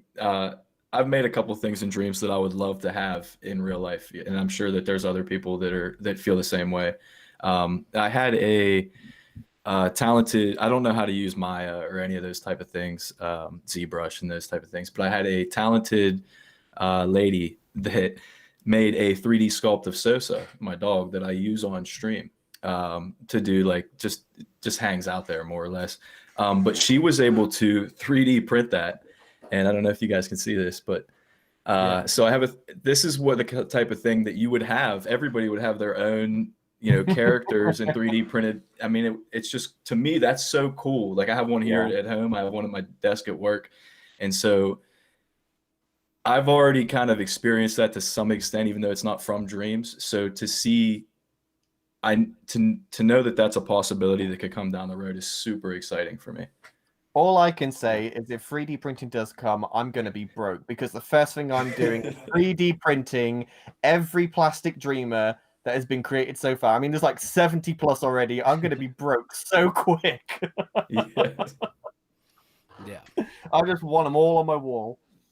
So, I mean, yeah, like I said, I feel like there's a few topics in what we just discussed. But yeah, I do fear that maybe, in all of this, maybe we're like some of the things we're asking for could be leading us to a dangerous place, and maybe, but at the same time, I think just talking about it also further endears us to Dreams. Like it's like when you get that, it's like when you go out and you buy that lottery ticket and you're not gonna win, but you think about what you would do with all that money, like and you're just like happy for that 24 hours or so, just like, man, what would I do with that money? I feel like that's what this does for Dreams, but in the end, I think everything will work out. I disagree, you see, because everything that we've discussed here is definitely possible in the scope of Dreams, and I think that it is on their pipeline. Exportation, 3D printing, it's all stuff that's going to happen. I mean, they haven't got a 10-year plan for nothing. There's clearly an end game with Dreams. I think I was saying that it was the possibility that makes okay. that brings. Maybe I read it wrong. I apologize. Feelings. Yeah, but no, it's. I mean, I agree. They're looking at all this stuff, and I believe everything they've said they want to do, they intend to try to pull it off. And I just wonder what I would say I wonder / have concerns if they don't. Like, are we like, because ultimately the question I was going to bring up that this kind of curbed was, are we asking too much? Because as we've all spent this whole time talking about, like, Dreams is amazing. What we can do is amazing. And like what we've been given, even if nothing more comes of it, is amazing. And so like I said, part of my worry / concern is, well, what if for some reason it doesn't come? Like, it's a what if, and I don't think we really need to concern ourselves 100% with that idea. But, at the end of the day, will we be happy with Dreams as is? Just being what it is, what we love right now. I think we really just have to trust the process, and like are the guiding light here. Like they've been doing this a long time, but they know what they're doing, and yeah, we just got to trust in them. I mean, and on top of that, it's hard to ask for more features because I'm still learning things every single day. I just learned about the onion skinning in Paint the other day, and it just blew my mind that you could even do that. I didn't know that was an option. And it seems like, I watched Salsa's one stream the other day. I know nothing about music, so it's all like magic to me. But to see some of the things that he did with the audio tools that I had no clue were even possible, it was just amazing to me that there's so much depth that I still have to discover. And you get guys that are top creators in Dreams. You get people like Magma Monster. You get people like Piece of Craft, Elka, Pixel Gorilla that are saying like, well, some of them do, some of them don't, but that are saying like, look, we haven't even scratched the surface yet. Like, there's so much more to do. Yeah. So I know that some people were making like massive games that they want like a PS5 update for, but at the end of the day, the more that we can fit in what we already have, then when we get that PS5 update, it just makes us able to go 10 times farther than if we got it now. We're already if we can fit things into the limit that we have now, when we have 2-3 times that limit, imagine what we're capable of. See, Yeah. I have. Go ahead, because I'm about to ask a question directly related to that. Go ahead. Somebody was about to go. Go. Yeah, I was just going to say. I was just going to say, you know, one of the I remember being told when I was in a different career path, someone said to me, feedback is a gift, but it doesn't have to be accepted. And Media Molecule are one of the most open development groups that I think is out there. They are wanting everyone's feedback. They want Dreams to be a success. They want to give everybody the features that they want to give them. But I think the important thing is that we are all welcome to offer our feedback. It is a gift. They don't have to take that feedback. If Media Molecule decided to, and I don't imagine they ever would, but if Media Molecule decided they wanted to, and they just shut the whole thing down and said, look, we're closing off all feedback, we will develop what we want to develop, and we will just pump out what we pump out, and that's it. We won't be opening the conversation. We won't be listening to you anymore. They're well within their rights to do that. And I think the risk is that people start to have, with, again, nothing but respect, but people think they know what's right for Dreams, and it's not their game. They're not the ones who built it. They don't know the limitations behind it, and it becomes an expectation rather than, I think this would be lovely. It turns into, why are you not rah? And they've no idea of the legal systems, the programming systems, the development systems, the requirements. They have no idea of visibility of that, and they just kind of get these blinkers on. I think offer your feedback that's critical and they invite it. Don't expect it to end up in the game. Yeah, it's also important to ask for like small things that can be changed like relatively easily instead of like shooting for pie in the sky things right away. Like monospace fonts. Yeah, Sorry. like just give us multiplayer tomorrow, no big deal. But it's really small things like quality of life things. Like shout out All Star for helping get the Dreams by people you follow right at the top of Dream awesome. Surfing, which is fantastic. If I follow you, I'm going to like everything you make now. It's incredible. Indeed. Just like little things like that can make a big difference.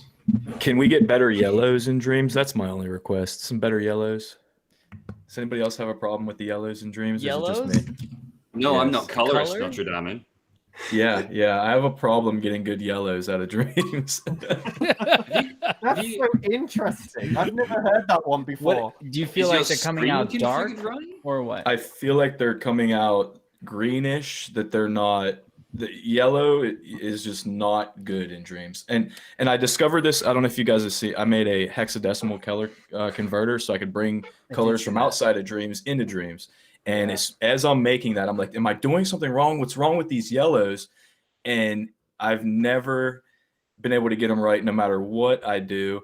And just today, or maybe yesterday, it was last night, I was watching Danny Kaka's stream, and he was like, he was making one of the plastic dreamers. And he's like, why does this yellow look so weird? And he thought there was a tint on it.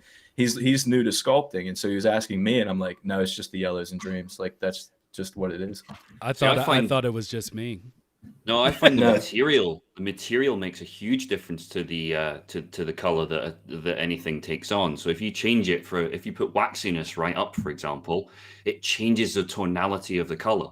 And I find that colors are much more pastel-y the less waxy they are, and much more vibrant the more waxy they are. And it's because of the way the light interacts with the material. It punches up the color a fair bit, is what I found at least. Well, Gotcha. this goes directly into what I wanted to ask. I used two creations, one from Alchemist and one from Ghost Fruit, where I was in the intro to today's episode, and it was two full-scale paintings that you two did. And I have a technical question. Help a brother out. How? No, the reason Only one word answers allowed. Yeah, I can clarify, but I'm currently working on a character that I want to paint feathers, like large feathers, and I literally got to use 2 feathers before the whole thing was like, hey, you're exceeding what I can do, bro. And I'm like, what? I've seen people do whole screens of paint, yet me doing these 2, and they're not even huge. So Were they physical? the, yes, That's it. Yeah. that's Yep. it. Yeah. Yep. So the Just make it I not think physical. Yeah, physical paint. Alchemist, your Wow. whole thing is non-physical, Was a right? one-word answer. Yeah, yeah, definitely non-physical. So Awesome. all of the movement that I got from the couple that I did was just from the hand-drawn animation, just sliding that up to different degrees depending on how close they are to the camera and how big the flecks are. You know, it's like the smaller flecks. The scale of the fleck responds to that hand-drawn animation slider differently. But yeah, Alchemist, you can probably speak to this as well. Yeah. Thanks to Ghost for I'm dedicating that MM pick to you because I was inspired by your scene. And essentially, like all those are like lucid stew sculpts and other sculpts that are like combined together and then literally just painted over it with surface snap. And then just like over and over again, you get some modular pieces you can clone out. And then, more hand-drawn animation, some waviness. That's that. Very cool. Yeah. Okay. All right. It's very therapeutic. I would recommend painting the town red. Yeah. I did a similar thing where I did some things just on a flat surface, and then I did some things where I just made sort of like a quick sculpt using like soft sculpt or just kind of like getting a blob, and then you can use surface snap or you can use what's the other one, tentacle snap, if you want the end to be free. And sometimes I had to switch to that just to get like something like the hands, you know, like around the fingers, and then I would the cool thing about a painting like that is if you're not getting the type of, you know, shadows and things that you want from the lighting source, you can just take like black flecks and like loosen them up and make them really low opacity and stick them in to create like shadows. Or you can also mess with the material, how shiny you want it, and you can like blast lights into your scene to create really dramatic effects. And it's really fun. I'm just kind of getting into it. Yeah, a lot of people don't realize you could do metallic painting. Like change the properties on your flecks for sure. It can do a lot. Particularly when it comes to what you just said there, Dylan, regarding kind of the shadows. So I did a candle flickering a while back, and one of the things that I did was just action recorded me just adjusting the opacity and the height and the positioning of that and the size of that particular one single circular black fleck, and it made it look like the shadow was reacting to the way the candle was flickering. You know, things like that are, you know, it's those little tricks that can make a big difference. Yeah, that's beautiful. Yeah. Right. Awesome. I think Thank we you. all know that tricks make a big difference. If you just look at Martin Nebelong's new Space remixable scene where it's completely made out of text boxes. You know, amazing. The smoke and mirrors effect of Dreams is very important to be able to get the effect that you want. You've got to bend the rules and you just got to mess around with it like crazy. Like that one scene just blew my mind. I messed around with it, took it apart, dissected it, and I was just like, this is literally just all text boxes. It's absolutely insane. It's just crazy. Yeah, and one thing that helps that painting scene of mine tick is duplicates. So you can really get that like 3D effect. Like before I put any duplicates in the scene, it was really like flat. But if you just add a tiny bit of duplicates and spread them out just a little bit, you can get like this 3D paint effect. That was super cool. Yeah.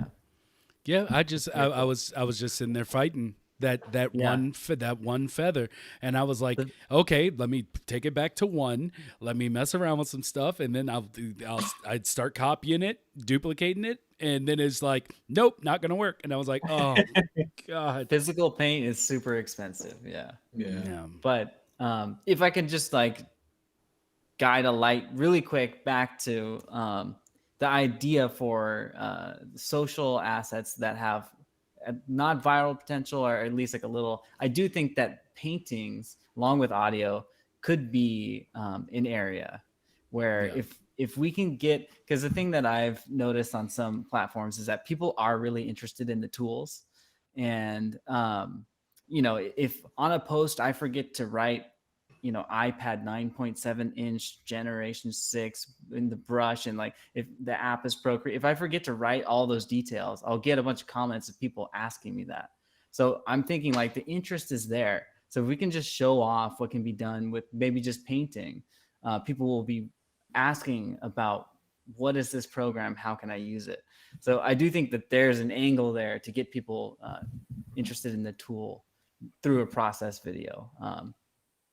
And something like what Alchemist does too. I mean, I think like there could be, like, I feel like you could easily whip up lyric videos, like what you've done with layers and ink, like just get in touch with some Yeah, those are bands so much fun to make. and start making lyric videos on YouTube. People will be asking, and I feel like that's another pathway there. I don't know if you guys have thoughts on that. No, I mean, I agree completely. Yeah, I think just like pulling in everyone. There's so many different areas. Yeah, it's a great point. I think if we take that to its not necessarily natural conclusion, but we take that to a logical end point, one of the things I think would be absolutely fascinating is to watch, for example, a time-lapse video of one of those paintings being created while music that was made in Dreams plays alongside it. So it's like your recipe videos, it's like your viral videos, but it shows the actual process. Because one of the things that's most rewarding, I frequently fall down a YouTube black hole of old junk being restored to its former glory.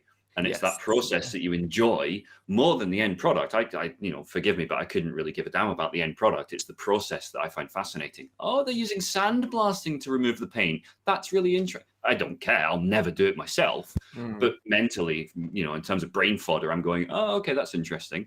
And those sorts of videos, I think, would be fascinating. Seeing it build into a final product and then going, oh, wow, that would be incredible. Yeah. Great idea. Well, so now we're in a free-for-all. We got about 14 minutes before we have to wrap this up. And, so if anybody's got that testy thing going, they want to throw something spicy out on us, now's the time. If not, I'm just going to try to create something. I didn't really get to respond to Dylan's earlier question about like what might go viral, like what dreams creation.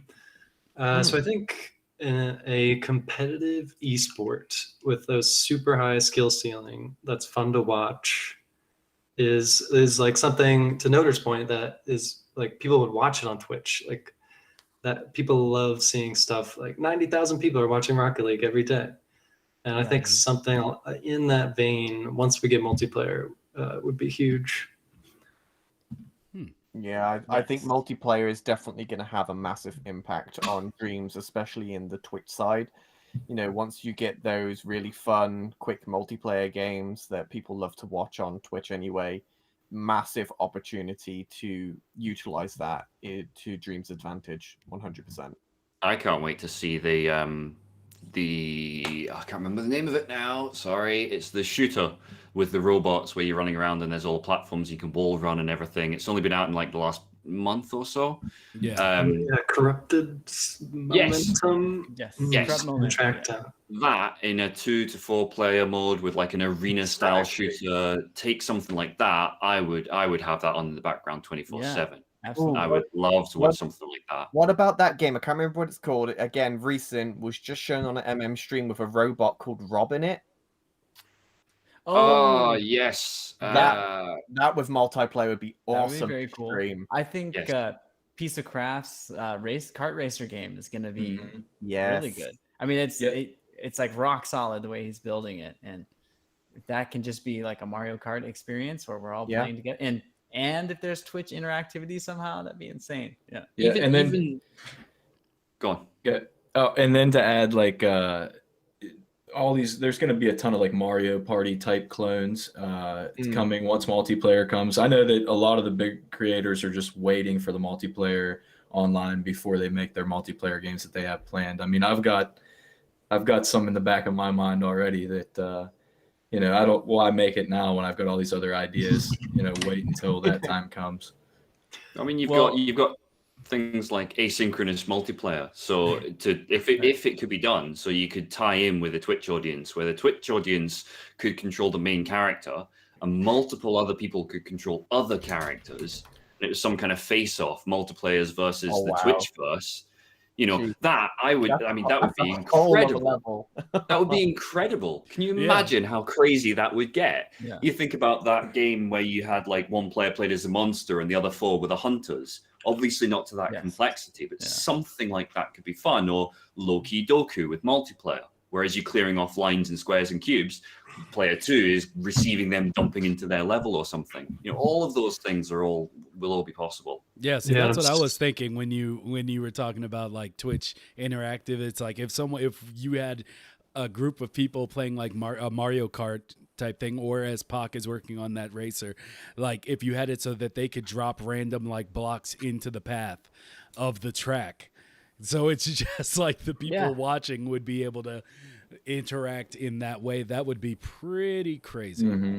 Yeah, or close like a bridge, or open up a new pathway or something. Yeah, it'd be fantastic. Yeah, I'm super curious how they're going to work VR into multiplayer. I'm not sure if anyone here has played VR chat or knows what it is. I know what just it watch is. YouTube. Yeah, it's absolutely insane. Like it's insane. And It's a crazy place. I don't really, like- Dreams has the potential to be VR chat for PlayStation. And Fully customizable. exactly. Yeah, you can create your own worlds. You can invite people to them. That's You can have, another like- question, though, isn't it? I mean, are they going to add, voice capability to the multiplayer? Oh, they have to, without a doubt. You see, I don't think they have to. I think it's a feature that would be desirable, but I don't think it's absolutely needed for multiplayer to work. I mean, I don't think it's necessary because you have the PlayStation Party Chat, and it's not like it's cross-platform. So, I mean, if you're trying to play with like random people, that's one thing. But I think Dreams has such a tight-knit community, and I don't see that changing anytime soon. That what do you need more than a PlayStation Party Chat? I mean, just as long as we've got multiplayer, I could care less at that point. Yeah, I don't need to be able to talk to everybody. I don't need to be able to talk to everyone. I'm not saying delay multiplayer if they're like waiting to put that feature in.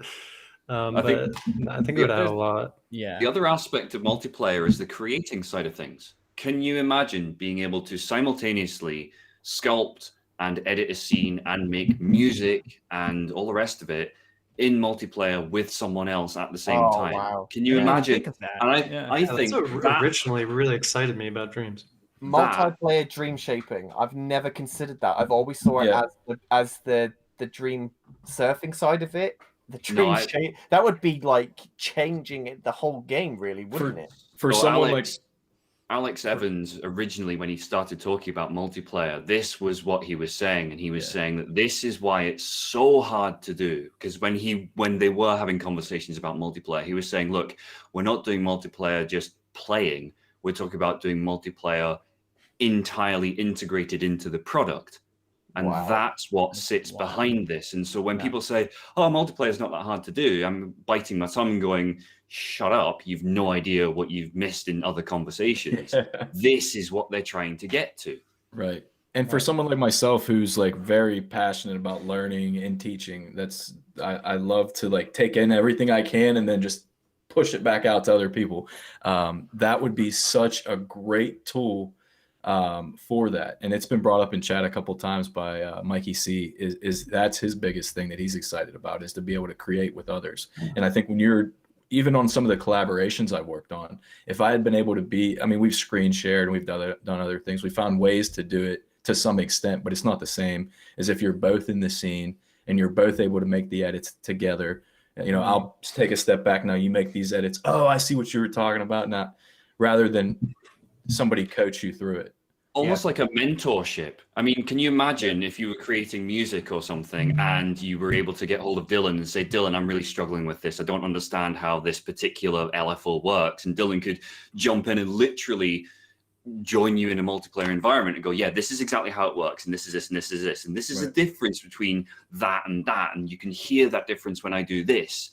it's that hands-on experience that is it's Twitch +1. You know, it's Twitch. It's greater than Twitch. I do think that the PlayStation 5 has already taken a big step in that direction, though, because a couple nights ago, Danny Kaka was doing his first ever sculpt, and I hopped into a party chat with him, and he put the picture-in-picture on screen, and I walked him through some techniques that I wanted to teach him, and he was able to watch me do it and then do it himself. So that there's already some of that there, but to be able to be in the same scene would be great. Talking about, the potential for the next generation, and I don't want to get segued into PS5, but, within the PlayStation 5 UI, you've got the pop-up cards that can happen with little videos. Imagine being able to create your own mini tutorials that were 1 or 2 minutes long, submit them to Media Molecule, go, here, I've done a wood tutorial, or I've done a tutorial on how to, build Uranus, or whatever it might be, and they would be able to say, yeah, I love that, let's stick that in, and there would be a range of kind of built-in tutorials. That sort of thing would be incredible. Tap would just go crazy on that. Can you imagine having that knowledge on tap, so to speak? I mean, that's what I need for, I think, some of the things that I have trouble with in Dreams. Like, if I could have someone who knows logic, even if it's simple, because I don't know a lot, but if they came in and was like, this does this, this does this, this is how this needs to be, like, that alone is better. Like, I retain knowledge better that way. Whereas, like, watching tutorials and stuff, I'm like, all right, I got it. I feel like I got it. And then I see a blank screen, and I'm like, I just lost it all. It all went away somehow. Like, I think that, because I haven't even really wrapped my head around multiplayer for this game yet. I've just been so kind of, I don't know, in my own department about the whole thing so far. But yeah, if I could do that, that would definitely expedite my learning. So now I'm excited about multiplayer. Well, I mean, Hell yeah. I think, Dreams would come out a lot faster when multiplayer's out from the dream shaping side of things, because productivity would just boom. I mean, I'm just thinking of our own project. Last night, 2 of our team members was streaming on our private Discord so that they could see what each other was working on. And just thinking of it now, the ability for the 2 of them to just be in that same scene at the same time and actually physically do it, as opposed to just saying, right, stop the camera. What you're looking at there, do this, do that. Okay, now move the camera to here.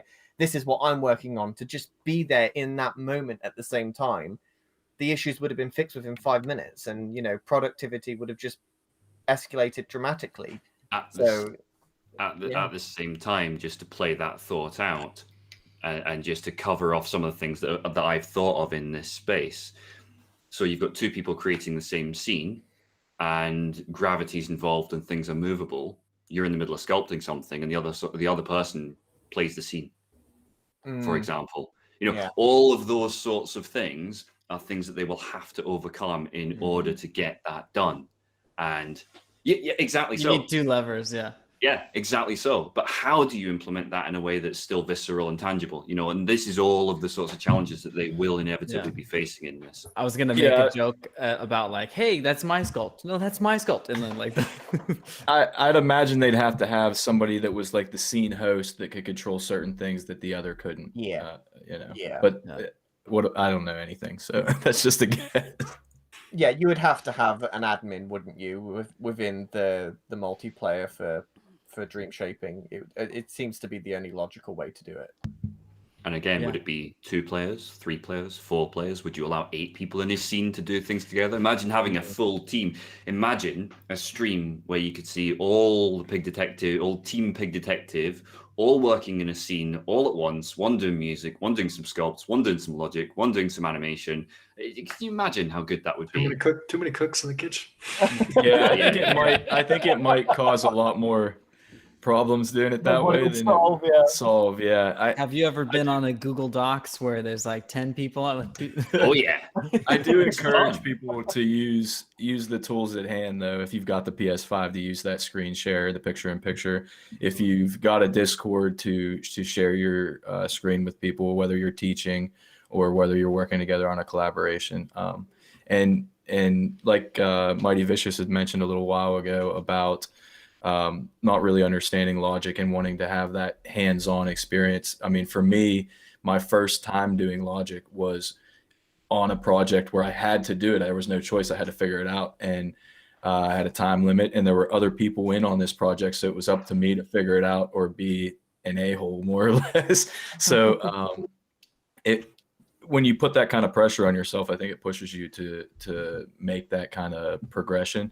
At the same time, when you're working with someone like I brought up at the beginning, like Falco Rich or Captain Morgan, where Captain and I worked together, and there were things that he didn't know how to solve, and neither did I.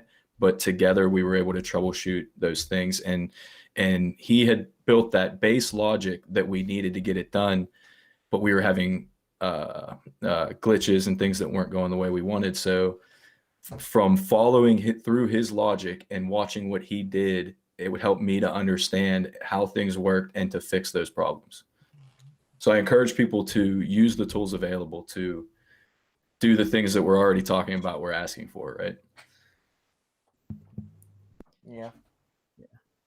Let me unmute myself here.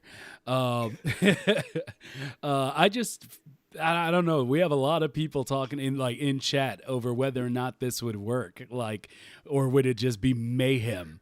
And I had to mute myself because I was laughing because I kept thinking of two people trying to work together, and someone keeps grabbing the other person's tweak window, and it just turned hilarious. Just shaking it for the hell of it.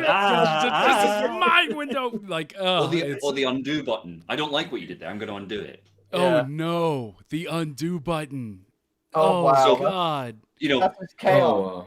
And this is us in a 5-minute conversation. This is us in a 5-minute conversation about multiplayer creation. Imagine how many conversations there must have been and iterations there must have been in prototyping that has to be done on Media Molecule's side. And again, I don't work for them. I have no idea, but I can only imagine what that must be like. I sympathize so bad. Yes. What a headache. It's like we should have just all of the sympathy and all of the understanding that it's a huge, crazy, complex problem, right? How long did it take them? How long did it take them to make Dreams? Was it 8 years or something like that? 5 years? Yeah, give or take. 9 years. 9 years. Yeah. So imagine how long it's going to take for them to come up with multiplayer. I don't see it coming anytime soon. I mean, that's just the things we talked about today, like Phreaky said, things that I'd never even thought about. Those are huge hurdles. I mean, yeah, we'd be lucky to get it this year for sure. Although, what I will say is that bear in mind they announced PlayStation VR compatibility at DreamsCon last year. Who knows what they've got planned for the in-piece? Yeah, very true. Even if it's a V1 where it's limited, we get a piece what if of they'll it. do a beta like they did for VR?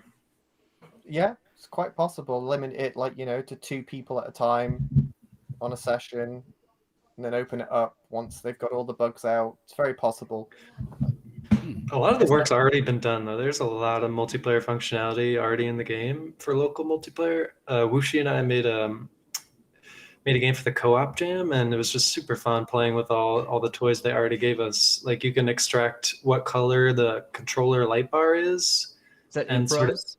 Yeah, that's one. And then you can sort of change things in your scene depending on what controller color is. So player 1 and 2 know what to grab. Yeah, so there's a lot already there, and I think it'll come when it comes. Yep.